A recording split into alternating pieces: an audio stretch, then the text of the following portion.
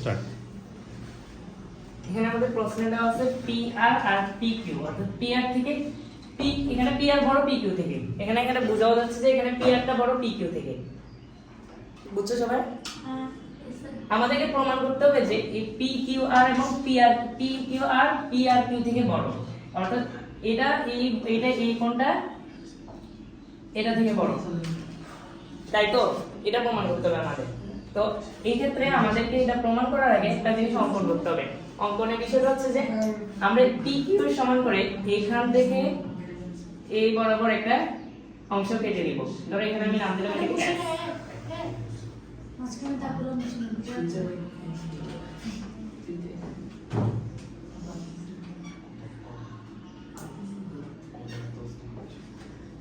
অর্থাৎ আমি PQ এর সমান করে এখানে QS কাটছি, তাই তো? PQ এর সমান করে আমি এখানে QS টা কাটছি। দেন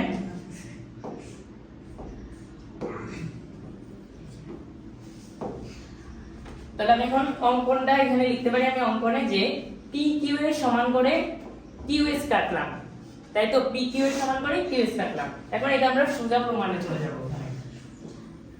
প্রমাণের প্রথম অংশে যেহেতু আমি এখানে PQ এর সমান করে QS কাটছি, তাহলে আমার PQ এবং PS এখানে বড় না, দেখা এই সমান। এখানে হয়তো আমি মাপি নিয়ে দেখি এটাকে ছোট মনে হইতেছে, কিন্তু এটা সমান হবে। যদি আমরা এটাকে মেপে এখানে আঁকি তাহলে এই বাহুটা সমান হবে।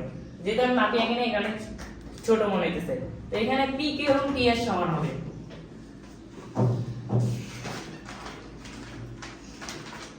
তাহলে আমরা জানি কোণ যদি সমান হয় তাহলে তাদের বিপরীত কোণগুলো সমান হবে। তাহলে এই ক্ষেত্রে আমি এখানে লিখতে পারি কোণ PQS সমান PSQ। এই লাইনটা সবাই বুঝছো? দেন তারপর আমাদেরকে এই লাইনটা আমরা লিখলাম এখানে। এখন একটা জিনিস খেয়াল, আমরা PQS মানে কি PSQ লিখতে পারবো?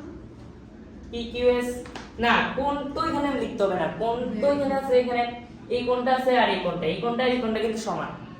তো অবশ্যই আমাকে ফুল নামটা লিখতে হবে। ভবিষ্যতে লাগানো কোণগুলো আছে। হ্যাঁ, গুড। তারপর এখানে এই কোণটা আর এই কোণটার মধ্যে কোনটা বড়? এইটা বড় নাকি এটা বড়? PSQ বড় নাকি S আর APQ আর S বড়? PSQ। কারণ কেন? বহিস্থ কোণ অন্তঃস্থ কোণ থেকে বড়। তাহলে এখানে আমি লিখতে পারি এই লাইনটা যে PSQ বড় কার থেকে? QRS থেকে। এটা বুঝছো সবাই? এটা হচ্ছে ত্রিভুজ, একটা ত্রিভুজের যদি আমরা এখানে ভূমিটাকে এটা যদি বাড়াই দেই তাহলে এখানে যে কোণটা উৎপন্ন হবে এটাই হচ্ছে বহিস্থ কোণ। আর বহিস্থ কোণ সর্বদা অন্তঃস্থ কোণ থেকে বড় হবে। এই দুইটা হচ্ছে তার অন্তঃস্থ কোণ, এই দুইটা সর্বদা তার থেকে ছোট হবে। এটা আমাদেরকে মাথায় রাখতে হবে।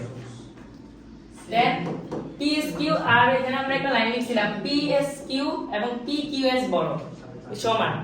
তাই আমরা এখানে PSQ বলতে লিখতে পারি PQS, লিখতে পারি PQS লিখতে পারি এখানে, কারণ দুইটাই সমান। তো এখানে সেম QRS বসে যাবে, এই লাইনে QRS বসে যাবে। দেন আমরা QRS এর নামটা চেঞ্জ করব, এখানে নাম পরিবর্তন। কেন? PRQ এখানে একটু যদি খেয়াল করি আমরা QRS কোণ কিন্তু একই, আমরা যদি PRQ লিখি কোণ কিন্তু একই থাকে, আর এখানে এই কোণটা কিন্তু থাকে, ঠিক আছে? এখানে এই কোণটা থাকবে যদি আমি নামও চেঞ্জ করি, কিন্তু কোণ কিন্তু চেঞ্জ হবে না। তো এই ক্ষেত্রে PQS বড় লিখতে পারি PRQ থেকে। বুঝছো এটা সবাই? নাম পরিবর্তন করছি কারণ আমরা এখানে কি লিখছিলাম QRS, এই কোণটা না, এখানে আমি লিখছি কোনটা PRQ। এখানে জাস্ট নাম পরিবর্তন করছি, কোণটা একই, কোণ চেঞ্জ হয় নাই, নাম পরিবর্তন হয়েছে কিন্তু কোণ চেঞ্জ হয় নাই। এখানে QRP কিন্তু এখানে লিখছি আমি PRQ, ঠিক আছে? তো এই লাইনে আমি এই কোণ তো লিখবো। 3 নাম্বারটা যদি একটু খেয়াল করি PQS এখানে আছে, তাহলে আমরা PQS এখানে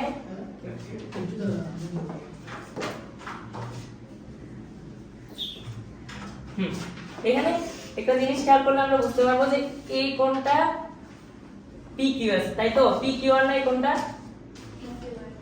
তাহলে এখানে আমরা একটা লাইন লিখতে পারি PQR, এটা লিখলাম, ঠিক আছে?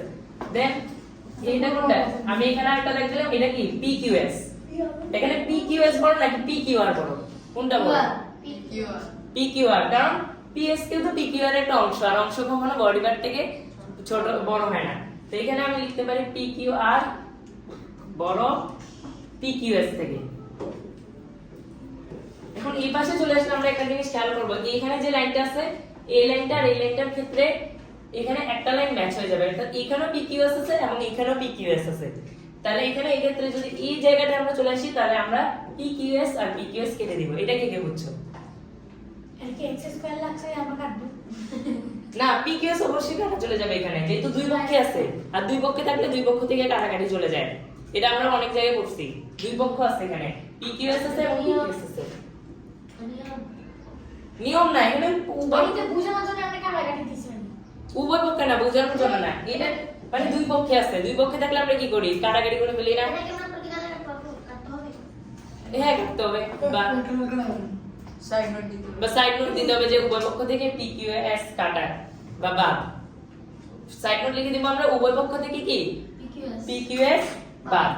তাহলে এখানে আর আমাদের থাকতেছে কি, এখানে P আর Q। তাহলে আমার প্রমাণ হয়ে গেছে PQR বড় কার থেকে P আর Q। আরেকবার, আচ্ছা আমি আবার একদম সিরিয়ালি বোঝাচ্ছি। এখানে আমাকে প্রমাণ করতে হবে যে এখানে আমাদের প্রশ্নে বলে দিয়েছে P আর PQ থেকে বড়, বাহু বড়। প্রমাণ করতে হবে যে PQR P আর Q থেকে বড়। আমরা জানি বাহু বড় হলে কোণ ছোট হয়, আর বাহু যদি ছোট হয় এটা কোণ বড় হয়। এটা একটা জাস্ট আমরা সব জায়গায় এই জিনিসটা দেখতে পারি। তো এখানে টোটালি আমরা কি করছি, এখানে আমি QS টা কাটিয়ে নিয়েছি না PQ এর সমান করে। এখানে তো সমান আমি লিখতে পারি না, আমরা যদি পরীক্ষায় অবশ্যই কম্পাস দিয়ে করব, কম্পাস দিয়ে করলে দেখা যাবে যে PS আর PQ সমান হবে। তাহলে PS আর PQ এখানে লিখলাম না এটা। আর আমরা জানি কোণ সমান হলে বাহু সমান হয়, বাহু সমান হলে কোণও সমান, বিপরীত কোণও সমান হয়। তাহলে এখানে আমি PQ এর বিপরীত PQ আর PS এর বিপরীত কোণগুলো সমান লিখছি, এখানে PQS এবং PSQ। এটা কি বুঝছো? সবাই বুঝছো এটা? দেন সেকেন্ড লাইন আমি কি করছি, PSQ এবং PRQ, অর্থাৎ PSQ বড় QRS থেকে। কেন? আমরা যদি একটু